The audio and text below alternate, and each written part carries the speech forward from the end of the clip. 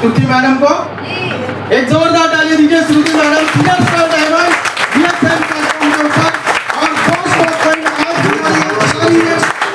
जोरदार तालियां, इनका सम्मान है इस प्लेटफॉर्म के ऊपर और हमें मार्गदर्शन करेगी। Thank you very much.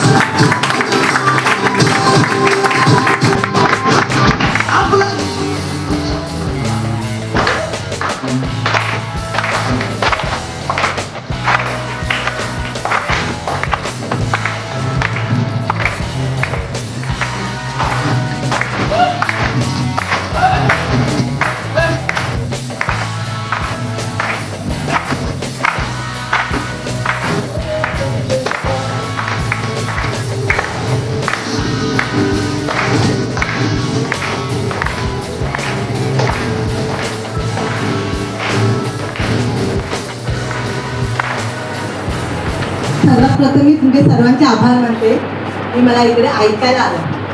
ते तुम्ही तुमचं मौल्यवान टाईम पण दिलाय आणि पैसे पण खर्च केले, त्यामुळे तुमचे पुष्कळ आभार. माझं नाव श्रुती महेश पाटकर, मी विराट टॉपॉइंट चालवते. तुम्हाला आता मी सुरुवात कुठना करू मी पुढे माझी लाईफच सांगते. ऐकायला येते तुम्हाला बरोबर? म्हणजे पाटकर आणि मी पहिलं एकत्र फार्मात काम करत होतो. तिकडे आमची ओळख झाली, ओळखीचं रूपांतर प्रेमात झालं, प्रेमाचं रूपांतर लग्नात झालं. असं आमचं सगळं व्यवस्थित चालू होतं. नंतर असं करता करता आम्ही संसार केला, बाळ झालं आमचं. बाळ झालं नंतर मी लग्न करून पहिले प्रथम विरारला नारोपाला राहायला आली.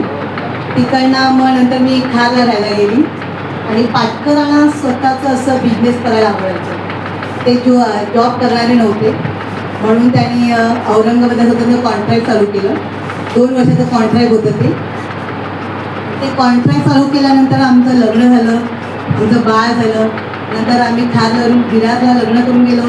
मिस्टर मला बोललेले की तुला मी वर्षात मुंबईला घेऊन जाईल. ते कमिटमेंट पाहतात, त्यांनी तसं केलं. तसं करून आम्ही खारला राहायला गेलो. नंतर त्यांनी त्याला औरंगाबादचं कॉन्ट्रॅक्ट संपलं. बस त्यांनी पण पालघरला कॉन्ट्रॅक्ट चालू केलं. पालघरला कॉन्ट्रॅक्ट करायचं म्हणजे आत्ता कसं विरार आणि पालघर भरपूर ट्रेन आहेत बॉम्बेवरनं. पहिला असे नव्हतं. पहिला खारवरनं ते बँड्राला जायचे, बँड्राला ट्रेन पकडून ते विरारला यायचे, विरारवरनं पालघरला जायचे. असं करत होते. असं करता तर त्यांचं भरपूर एक्सरसाइज व्हायची. ट्रेन मी चढ उतार करून असतो.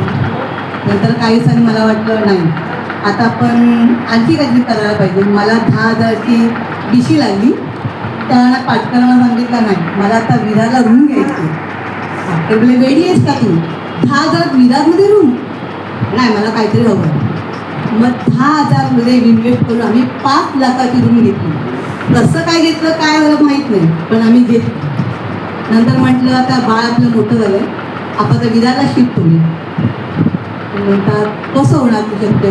नाही मला जायचंच आहे विरारला राहायला. मग आम्ही विरारला राहायला लागलो. मग विरारला झाल्यानंतर पाटकरांना कसं ते जॉब जवळ पडायला लागलं. पालघर 2 मिनिटावर आमचं स्टेशन. मग त्यांची धावपळ पुढे थांबली. ते खूप असं रिलॅक्स झाले. ते रिलॅक्सची हे झालं त्यांना बॅक पेनिंग चालू झाली. बॅक पेनिंग एवढं झालं की त्यांचं वजन खूप घटत गेलं. ते लोकांकडे लांब लांब राहायला लागले कारण का लोक बघितले की बोलायचे काय झालं पाटकर तुम्हाला? तो काय माहीत नाही. त्याला मी असं ड्रायफ्रूट खायला द्यायची भरपूर.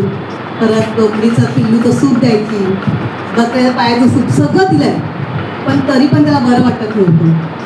मग आम्ही जसलोकला ट्रीटमेंट केली. जसलोकला आम्ही 50-60 हजार रुपये खर्च केले. तरी रिपोर्ट सगळे नॉर्मल. काय झालं कळत नव्हतं.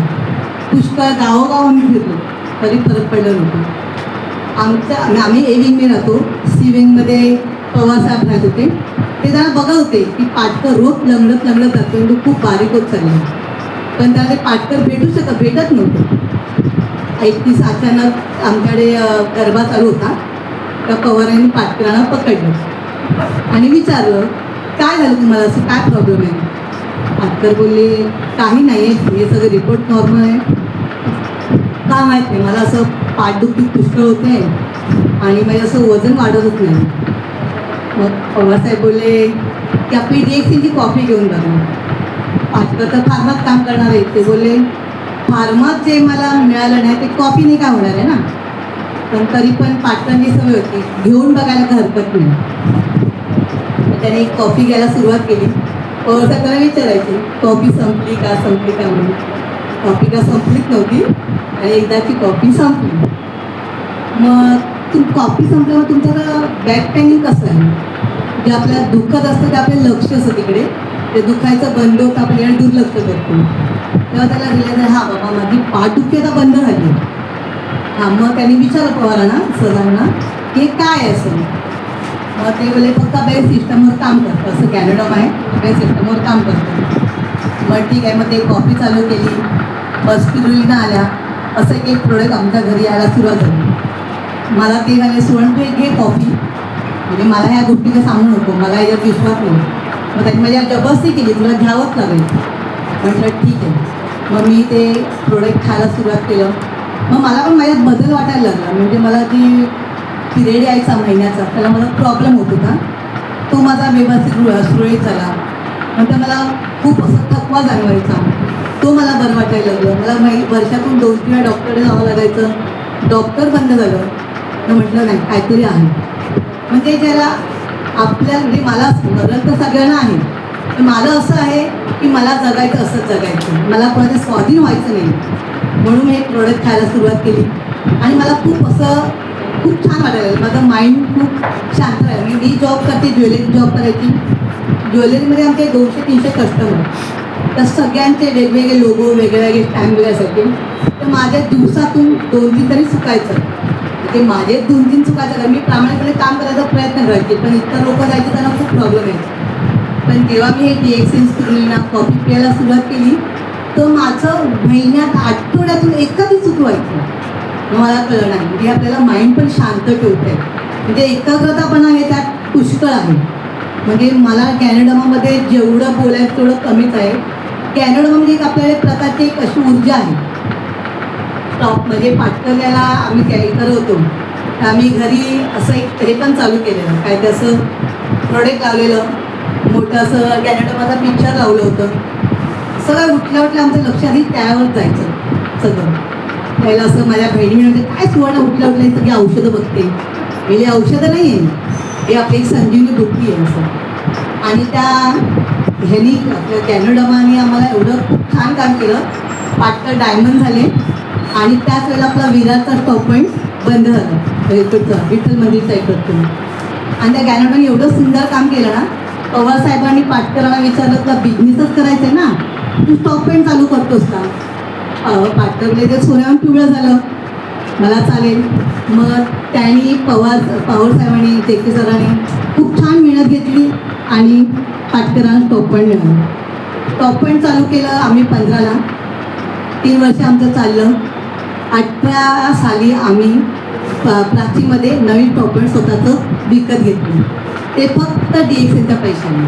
हे DXN आम्हाला हेल्प पण दिलं होतं आणि हेल्प पण दिलं होतं. खूप छान चाललं, हळूहळू आम्ही सगळं व्यवस्थित चाललं. मग आता मला वाटलं तर मला जॉब सोडायचा आहे. पाटकर बोलले सोड. पण म्हटले मला महिन्याला 35,000 ते 40,000 पगार होता. आता एवढी इन्कम पटकन कमी करायची लाईफमध्ये, की मला सर्व वाटलं की काय करू. पाटकर सोड बिंदास. मी तो जॉब सोडला आणि पाटकरांच्या टॉप पॉईंटवर बसायला चालू केलं. पण मी असं मी जॉब सोडला आणि पाटकर ऑफिस बसलं. नंतर मला वाटलं माझ्यात काहीतरी खरंच कमी आहे. ज्याला म्हणजे समीक्षा वगैरे ह्या मुली माझ्याकडे येतात, अवंती येते प्रोडक्ट घ्यायला. मी होते मी एवढी वर्ष जॉब केलं, पण तरी पण मी कोणाला DXN सांगू शकली नाही. हे त्यात माझ्यात काहीतरी कमी आहे. मी स्वतः DXN खाते, पण मी कोणाला सांगत नाही आहे. आणि असं म्हणतात ज्या पोट भरलेलं असतं तर आपण असं काय तर आणवत नाही, काय मला पैशाची गरज नाही, त्याचं काही असं आपण खातोय ना बरं असं. पण मला ह्या नाकानं बघितलं खूप छान वाटलं. माझ्या अवंतीला, परत समीक्षाकडे बघून तर मी खूप आनंदी होते, कारण त्या चेहरा कायमचा हसरा असतो. तिला एवढे प्रॉब्लेम आहे की घर सांभाळते, मुलांना सांभाळते, जॉब करते, DXN करते, पण तरी पण त्या चेहरा कधी मला थकलेला दिसत नाही. ती एव्हरेडी फ्रेश असते आणि तिला त्या DXN भारी विश्वास आहे किंवा बरं नसेल, अशी खूप आजारी होती. मला म्हणते मॅडम मला ना खूप बरं नाही आहे, मला जरा प्रोडक्ट स्टेशनला आणून द्याल का? मी लिहिता नाही ना, मला खूप बरं नाही, मला डॉक्टरकडे पण जायचं नाही, मला एक प्रोडक्टच खायचं आहे. आणि मग मी त्या स्टेशनला नेऊन दिलं, तिने प्रोडक्ट खाल्लं आणि दुसऱ्या दिवशी कामाला पण गेली. एवढं आपला DXN खूप छान आहे सर. आता 21 काय आलं, म्हणजे मी मीटिंग ऐकत नाही, माझी चुकी आहे. आणि मीटिंग चालू असले की ते ऐकून मला कंटाळा येत होता. मी झोपली होती असं आपल्या ऑफिसमध्ये. त्या लवलीजींची मीटिंग होती. पाटकर म्हणतात सुवर्ण ह्यांची मीटिंग फक्त 10 मिनिटं आहे, तुला नाही ना आवडली तर तू ऐकू नको, पण 10 मिनिटं ती मीटिंग आहे. म्हटलं चल बघ्या. आणि खरंच 10 मिनिटं मी ती मीटिंग ऐकली आणि मी पूर्ण मीटिंग त्यांची ऐकली. म्हणजे खूप त्यांनी गॅनोथेरपी खूप छान सांगितली, त्यांच्याकडे खूप त्याचा रिझल्ट आहे असं. आणि नंतर मी असं त्याने मला डॉक्टर सांगायचं की आपण 1 तास 32 वेळा चावला पाहिजे. काय मला माहिती नव्हतं, मी चावायची पण माझं जेवण फक्त 5 मिनिटात व्हायचं. पण जेव्हा त्यांनी मला सांगितलं ना की 1 तास 32 वेळा का चावायचं, ते ऐकून ना मी खरंच आज जेवायला बस इतकी आधी लल्लूजींची मला आठवण येते आणि मी 1 तास 32 वेळा चावते. म्हणजे खूप छान सांगतात ते.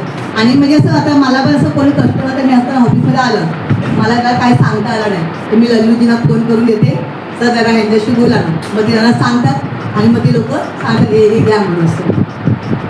दुसरं समीक्षाने अशी माणसं जमली ना, आपल्याकडे एक अप्पड नाचणेकर म्हणून लेडीज उभे आहेत बरं. ह्यांचं वय 60 आहे, पण त्या दर महिन्याला 1000 PV तरी करायला येतातच. पण त्या 1000 PV येतात, धावत येतात, कारण खूप प्रॉब्लेम आहे. पण त्या 1000 PV आपलं करतात. आपलं मीठ पण ते घेणार, साखर हळद सगळं आपलं प्रोडक्ट खाणार. चला त्यांच्यासारख्या लेडीजला हे प्रोडक्ट महाग नाही आहे, तर आपल्याला प्रोडक्ट ते का महाग वाटावे.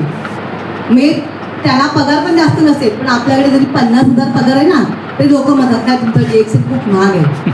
पण त्यांना हे माहिती नाही आहे DXN महाग आहे म्हणजे काय आहे, हे त्यांना कळतच नाही, त्यांना गणितच येत नाही आहे. ते जगतात फक्त पैशासाठी, स्वतःसाठी जगतच नाही.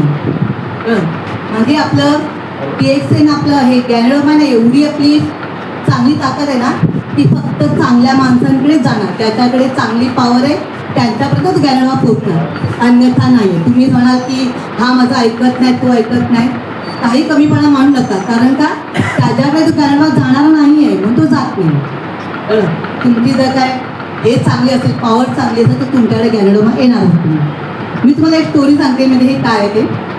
असं शंकर पार्वती वरती बसले होते आणि भूतलावर काय चाललं बघत होते. तिकडे एक मुलगा आहे ना, त्या पायावर ना रिक्षा जाते आणि तो दुःखी होतो, असं म्हणजे खूप रडतो वगैरे. दुसरा एक मुलगा आहे, त्याला 1 लाखाची लॉटरी लागते, तो खूप खुश होऊन नाचतो वगैरे, सगळ्यांना सांगू मला लॉटरी लागली लॉटरी लागली. तिकडे पार्वती शंकराला म्हणते ज्याच्या पायावर गाडी गेली आहे तो तुमची पुष्कळ पूजा करतो, तुमची अर्चना करतो, सगळ्या लोकांना खूप छान सांभाळतो, त्याचा व्यवहार एवढा खूप छान आहे, खूप छान आहे, आणि तरी तू त्याला जखम देतेस. ज्या मुलाला 1 लाखाची लॉटरी लागली आहे तो मुलगा असं म्हणजे खूप नास्तिक आहे, तुला तो पूजत पण नाही आहे आणि कोणाला तो चांगलं बोलत पण नाही, तो वाईटच आहे, ते निगेटिव्हच आहे. मग शंकर म्हणतो ठीक आहे, ज्याच्या पायावर गाडी गेली आहे ना त्याचा मृत्यू होणार होता, पण त्याचे चांगले कर्म आहेत ना ते त्याला फक्त जखमीवर घेऊन गेले. ज्या मुलाला 1 लाखाची लॉटरी लागली तो आज करोडपती बनणार होता, पण त्याचे दुःख कर्म होते म्हणून त्याला 1 लाखाचीच लॉटरी लागली. म्हणून आपण आपले कर्म चांगले करूया.